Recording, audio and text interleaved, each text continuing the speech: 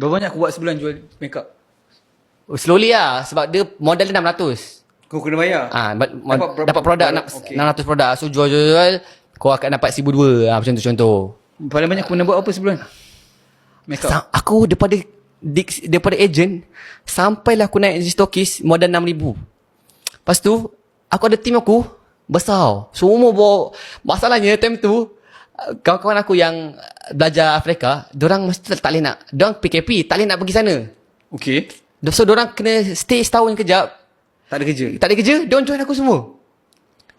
Dan semua join aku, semua jual makeup. Kau bayangkan semua geng-geng Pak Ustaz, lelaki jual makeup.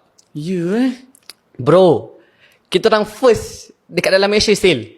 Time tu, top stokis. Berapa buat? Tapi tak banyak, 40-50 ribu. Wih, solid sebulan. Sebulan. Untung berapa besar untung? Tapi dah satu tim lah. Ya, ramai lah. Satu tim punya sale lah.